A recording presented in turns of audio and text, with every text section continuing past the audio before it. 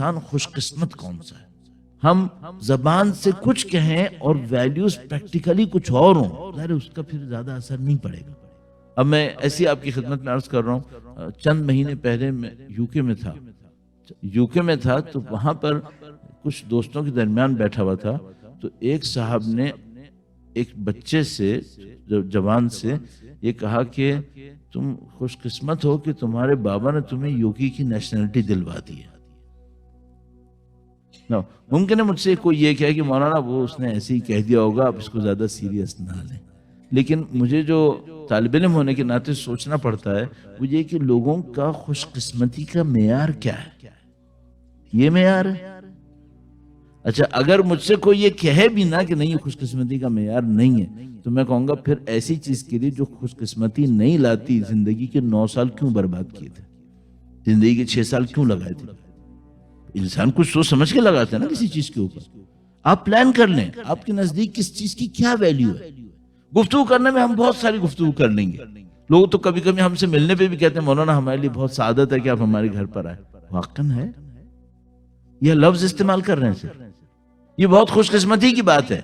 اگر یہ خوش قسمتی کی بات اتنی تھی تو اس کے مقابلے میں دوسری چیز کے اوپر اس سے زیادہ ریسورس کیوں لگی ہوئی ہے؟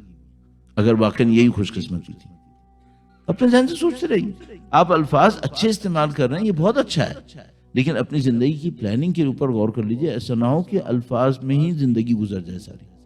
اب امام فرما رہے ہیں خوش قسمت انسان یہ ہے. کس نے فرمایا؟ مولا امیر المومنین نے فرمایا خوش قسمت انسان یہ ہے. اچھا اب یہ جو میں چند صفتیں آپ کے سامنے ذکر کر رہا ہوں، امام نے ان صفتوں کو خوش قسمتی کا اسٹینڈرڈ بتایا ہے. صحیح ہے؟ اچھا اس کے اوپر آپ نے کتنی محنت کرنی ہے؟ اتنی جتنی آپ اپنے کیریئر کے اوپر کریں اس کے برابر کرنی چاہیے نہیں کرنی چاہیے؟ بلکہ اس سے زیادہ کرنی چاہیے. کہ بھئی کیریئر کو امام نے خوش قسمتی نہیں کہا تھا. مثلا انجینئر ہونے کو یا چونکہ ٹورنٹو ہے آئی ٹی کے ایکسپرٹ ہونے کو امام نے خوش قسمتی نہیں کہا تھا. امام نے کسی اور کو خوش قسمت کہا.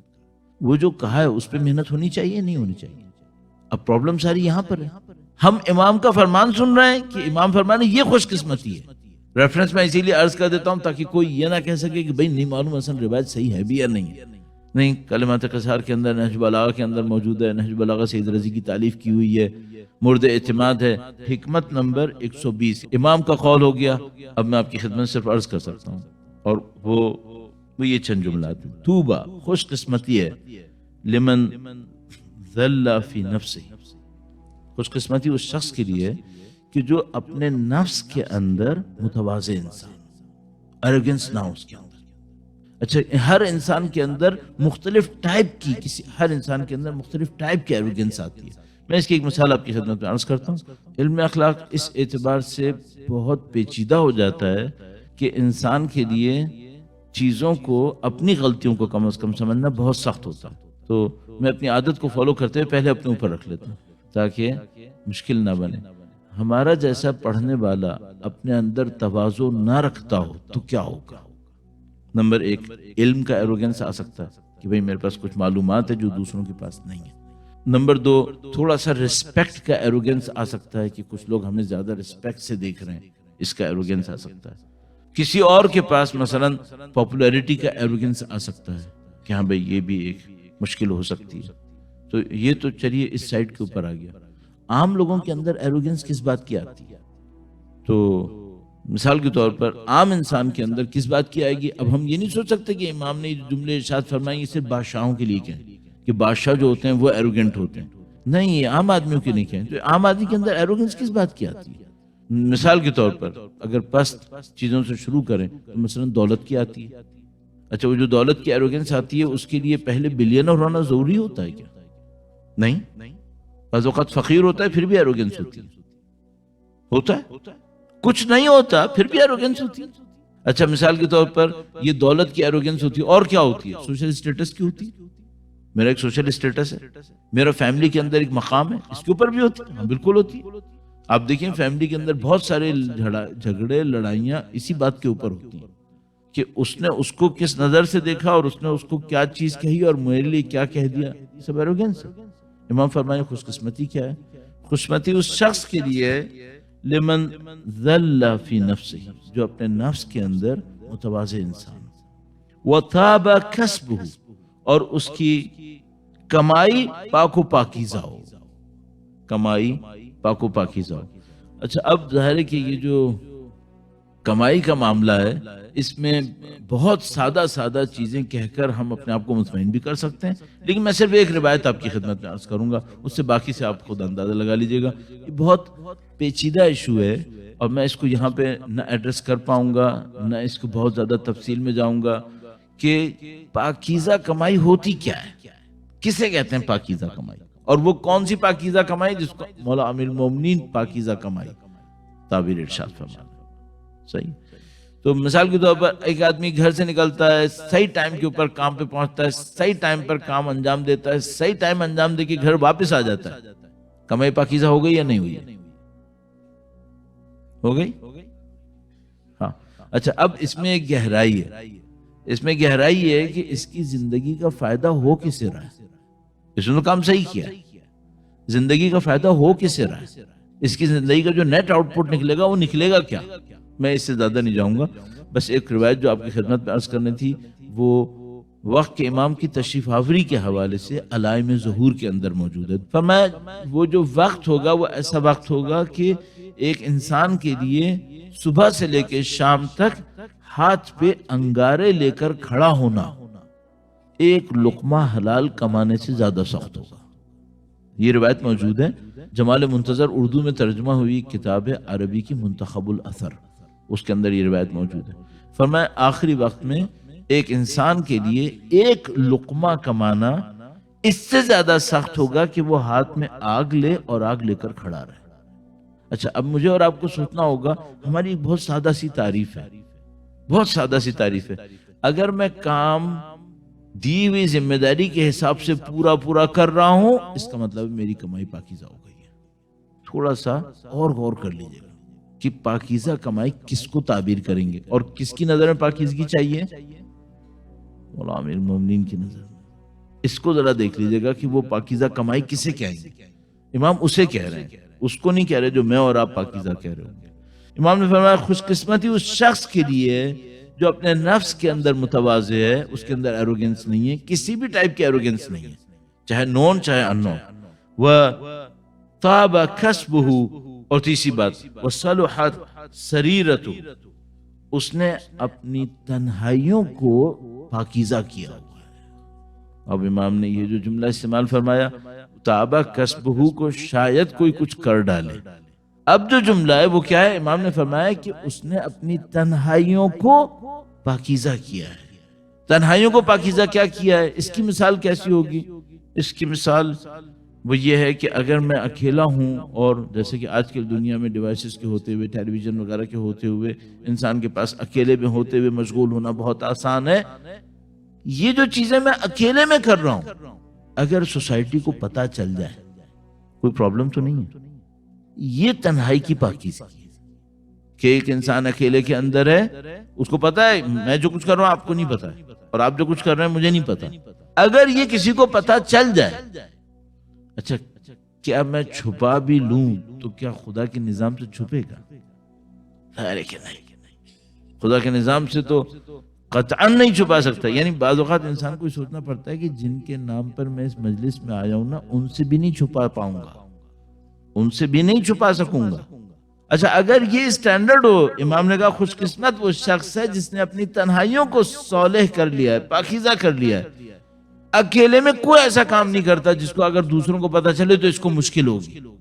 یہ خوش قسمتی ہے۔ اس کے اوپر انویسٹ کر، اس کے اوپر جا کے دیکھیں بھائی یہ کام کیسے ہوگا۔ اب جب اس کے اوپر آپ جائیں گے تو پھر واقعاً آپ کو کچھ سبسٹینشل چیزوں کا سامنا کرنا پڑے گا۔ وَحَسُنَتْ خَلِيقَتُهُ، یہ انسان کون سا ہے؟ خوش قسمت انسان وہ ہے کہ جو اپنے نفس کے اندر متواضع ہے، جس انسان نے اپنی پاکیزہ کمائی حاصل کر لی ہے، اس انسان نے اپنی تنہائیوں کو بھی بہت اچھا کر لیا ہے۔ اس کے بعد امام فرما رہے ہیں کہ اس نے اپنے اخلاق کو بہت خوبصورت کر لیا ہے، اس کے اخلاق بہت خوبصورت ہے۔ ایک فینومینا ہے ہمارے پاس ہر جگہ پوری دنیا میں تقریباً، وہ فینومینا کیا ہے؟ وہ یہ ہے کہ بہت سارے بچے اس وجہ سے گمراہیوں میں جا رہے ہیں کہ وہ اپنی فیملی سے خوش نہیں ہیں۔ بہت سارے بچے پوری دنیا میں ہو رہا ہے، پاکستان میں بھی ہے، ہندوستان میں بھی ہے، یہاں پر بھی ہے. اور وہ اس کی وجہ کیا رہتی ہے؟ میں پھر اپنے اوپر رکھ کے مثال آپ کی خدمت میں عرض کرتا ہوں تاکہ آپ کے لیے آسان ہو جائے. وہ یہ کہ بالکل بلنٹلی میں بہت معذرت چاہتا ہوں، شاید ممکن ہے یہاں جو بہت سارے دوست احباب بیٹھے ہیں انہیں ہمارے اسٹائل کی عادت نہ ہو تو وہ سوچ رہے ہیں کہ ہم کہاں پھنس گئے اور یہ کس طرح کی باتیں ہو رہی ہیں یہاں پر، لیکن میں مجبور ہوں. مثال کے طور پر اگر میرا بچہ، میں مولانا کے نام سے پہچانا جاتا ہوں معاشرے میں، اگر میرا بچہ میرے کسی اخلاق کی وجہ سے مجھ سے ناراض ہوا تو وہ اس ریئیکشن میں کیا کرے گا؟ یہ تو بہت خوش قسمتی ہوگی کہ مولانا نہ بنے. وہ دین ہی نہیں لے گا، وہ دین ہی نہیں لے گا. وہ یہ کرے گا، وہ مجھ سے بدلہ لینے کے لیے میرے دین سے دور بھاگے گا. اور یہ وہ فینومینا ہے جو جسے کہتے ہیں ریپیٹڈلی آپ دیکھ سکتے ہیں، اس کو آبزرو کریں گے مختلف جگہوں کے اوپر. وہ یہ کہ کچھ بچے ہیں وہ اپنے ماں باپ کے ساتھ کسی بھی وجہ سے، اچھا بہت دفعہ ایسا ہوتا ہے بچوں کی گمراہی اس وجہ سے نہیں ہوتی کہ ہم نے ان کو دین نہیں دیا. بہت جگہوں پہ ایسا ہوتا ہے کہ گمراہی اس وجہ سے ہوتی ہے کہ ہم نے دین نہیں دیا. کچھ جگہوں پہ گمراہی اس وجہ سے ہوتی ہے کہ ہم نے کچھ زیادہ ہی دین دے دیا تھا. زیادہ ہی دین دے دیا، کیا مطلب دین کا زیادہ تو اچھا ہوتا ہے؟ نہیں، یعنی غلط طریقے سے دے دیا تھا، غلط طریقے سے دے دیا تھا، طریقہ صحیح نہیں تھا. نہ کہ دین کا زیادہ دینا نقصان دہ ہے، دین کا زیادہ دینا بھی اچھا ہی ہوتا ہے، دین کا کم ہونا نقصان دہ، لیکن کوئی دین کو دے غلط طریقے سے دے، ہاں یہ پھر نقصان دہ، اس میں بہت نقصان ہے. تو جہاں پر یہ فینومینا ہمارے پاس ہے کہ بچے دین سے بیزار ہوئے اس وجہ سے کہ ان کو دین صحیح نہیں دیا گیا تھا، وہاں یہ فینومینا بھی ہے کہ بچے اس وجہ سے دین سے بیزار ہوئے کہ ان کو دین غلط طریقے سے دیا گیا تھا. اور کتنی سٹوریز میرے ذہن کے اندر ہیں، ٹرو سٹوریز جو میں نے خود سنی ہیں، جن کو میں کہتا ہوں یہ ریلائبل ہے، جو میں آپ کی خدمت میں عرض کر سکتا ہوں. لیکن ظاہر ہے کہ اس کا کوئی موقع محل نہیں ہے، اس وقت وقت بھی نہیں ہے، لیکن میں آپ کی خدمت میں عرض کروں گا اب دین نہ دیں یہ ایک جرم ہے، اور دین غلط طریقے سے دیں خود ایک جرم. اس کے بعد ہم دین زبان سے دیں اور ہماری پریکٹسز اس کا ساتھ نہ دیں، شاید یہ بہت بڑا جرم، یہ جرم سب سے بڑا. اور میں نے آپ کی خدمت میں عرض کیا کہ اگر میرا بیٹا کسی بھی وجہ سے، میری اولاد مجھ سے بدلہ لینے پر آئی، مجھ سے غصہ کرنے پر آئی، تو مجھ پہ غصہ وہ یہاں پہ نہیں کریں گے، وہ میرے دین سے لڑ کے کریں گے. اور یہ وہ چیز ہے کہ جو ویسٹرن سوسائٹی میں آپ جیسے لوگوں کے معاشرے کے اندر بار بار ریپیٹ ہو رہی ہے. اب آپ نے سوچا آپ کے ذہن پہ چیلنج کتنا بڑا آپ کے ساتھ. نمبر 1، آپ یہ نہیں کر سکتے بچوں کو دین نہ دیں، اپنے دین دینا ہے. نمبر 2، آپ یہ نہیں کر سکتے کہ دین بھونڈے طریقے سے دیں جس سے وہ بھاگ جائے گا، کاؤنٹر پروڈکٹیو ہو جائے گا. اب اتنی دین فہمی، دین کا شعور اور دین دینے کا طریقہ آپ نے کہاں سے سیکھا ہوگا کہ آپ اتنا بیلنس دین دے سکیں؟ یہ چیلنج ہے. صلحت سریرتہ وحسنت خلیقتہ. اس کے بعد ایک اور جملہ فرمایا وانفق الفضل من مالہ. یہ شخص جس کے لیے امام فرمانا یہ بہت خوش قسمت انسان ہے. یہ کون سا ہے؟ اب یہ امامت کے قول ہیں، اقوال ہیں، اور ہم لوگ ایک ایسی بعض اوقات کلچر کے اندر بیٹھے ہوئے ہوتے ہیں جہاں ان اقوال کو سمجھنا انتہائی مشکل پڑ جاتا ہے. امام فرمانے کہ یہ جو خوش قسمت انسان ہے یہ کون ہے؟ اس نے انفق الفضل من مالی. جس مال کی اس کو ضرورت تھی وہ تو ضرورت تھی، جو مال اس کی ضرورت سے زیادہ تھا اس کو یہ اللہ کی راہ میں دے چکا ہے. نہیں معلوم کہاں اسٹینڈرڈ ہے، کہاں تک پہنچا دیا بات. اچھا، ہم لوگوں کی زندگی میں جو روٹین ہے وہ کیا ہے؟ روٹین یہ ہے کہ نسلاً بعد نسلاً اضافی مال وراثت میں چلے گا. یہ روٹین. اگر کسی کے پاس ہوا، نہیں ہوا تو معاملہ ہی ختم. لیکن اگر ہوا تو وہ نسل اندر نسل چلے گا بعد. امام فرمایا نہیں، یہ خوش قسمتی نہیں ہے. خوش قسمتی کیا ہے؟ انفق الفضل من مالہ. اس نے اپنے ضرورت سے زیادہ مال کو اللہ کی راہ میں دے دیا. اب آپ ممکن ہے سوال کر سکتے ہیں کہ بھئی یہ جو ضرورت سے زیادہ مال ہوتا ہے یہ ہوتا کون سا ہے؟ سبھی کچھ ضرورت کے اندر ہوتا ہے. اگر انسان ایک دفعہ سوچ لے کہ میں نے ضرورت سے زیادہ، ضرورت کو اتنا بڑھا دینا ہے کہ پوری دنیا اس میں آ جائے گی، تو واقعاً پھر ضرورت سے زیادہ کچھ بھی نہیں ہوگا. لیکن اگر انسان سوچنے لگے کہ بھئی ضرورت واقعاً کتنی ہے، میں پلاننگ کریں، ہم امام پلاننگ کا انکار نہیں کریں گے، پلاننگ آپ کریں، لیکن اس کے باوجود کچھ پیسہ ایسا ہوگا جس کو آپ یہ سمجھیں گے کہ ہاں یہ ضرورت سے زیادہ ہے، اس کو دیا جا سکتا ہے. امام اس کے لیے فرمایا وَأَنْفَقَ الْفَضْلَ مِنْ مَالِهِ وَأَمْسَكَ الْفَضْلَ مِنْ لِسَانِهِ، مال تو یہ جو زیادہ ہوتا ہے یہ دے دیتا ہے، اور زبان کے اوپر جو زیادہ باتیں ہوتی ہیں انہیں روک لیتا ہے، بلا وجہ میں زیادہ باتیں نہیں کرتا۔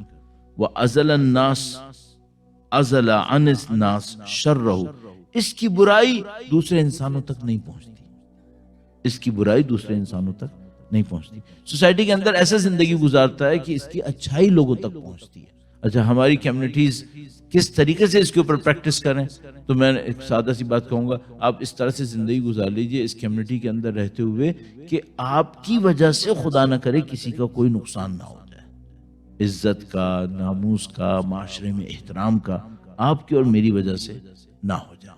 تو امام نے فرمایا خوش قسمت شخص وہ ہے کہ ازل عن الناس شرہ وسعتہ السنہ، یہ آدمی اپنی زندگی میں جب عمل کرنے لگتا ہے تو معصوم کی سنت اس کے لیے کافی ہوتی ہے، یہ معصوم کی سنت پہ عمل کرتا ہے اور اپنی زندگی کے اندر اہل بیت اطہار کی سنت کو جاری کر دیتا ہے۔ وَلَمْ يَنْسَبْ إِلَى الْبِدْعَةِ، اور اس کو کسی بدعت کی ضرورت نہیں ہوتی، کوئی نیا کام اس عنوان سے کہ جو دین نے منع کیا ہو یہ کرنے کی کوشش کرے، اس کو کسی بدعت کی ضرورت نہیں ہوتی، بلکہ یہ اللہ اور اس کے انبیاء اور ائمہ کی سنت کے اوپر عمل کرتے ہوئے اپنی زندگی کو گزار لیتا ہے۔